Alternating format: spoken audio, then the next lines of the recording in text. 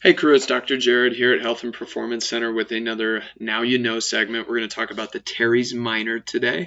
A lot of you, Teres Minor, never heard of that. Well, it's part of your rotator cuff, and I know a lot of you have heard that or experienced some difficulties or know someone who has had some rotator cuff damage.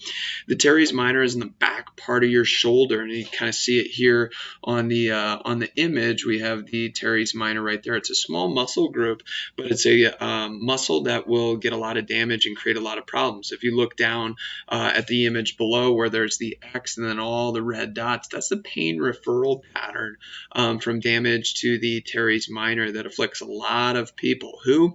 Well, it's people who are in chronic seated postures, reaching and typing from slouched positions. So that's, a big part of our working society who spends a lot of time at a computer or slouched and reaching forward or driving long hours. Those are the individuals day to day that can chronically develop some problems within the Teres Minor that really create a lot of havoc.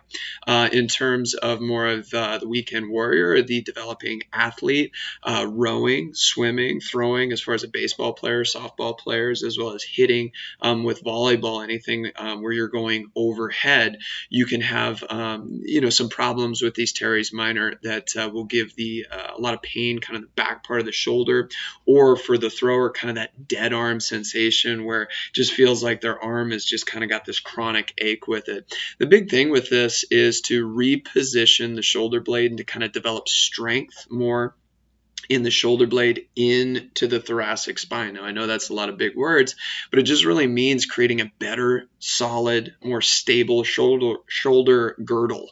What that does is reduces stress and strain on the Teres Minor. You look at how small of a muscle group that is, and if we're not using all the big musculature of our lats, of our rhomboids, and of our traps to reduce the stress and strain of the Teres Minor, which is really just there to hold the shoulder in the middle part of the socket, we can really easily overwhelm the Teres Minor. So there's a lot of people who have these problems. They get a little bit scared when you hear the word rotator cuff and think you need to dive into surgery. Really, this is kind of an easy fix. We do some very spot and site-specific improvements to the tissue of the Teres Minor and then teach the body how to stabilize in a much more efficient pattern so that the body can heal. Good luck. Hope it helps.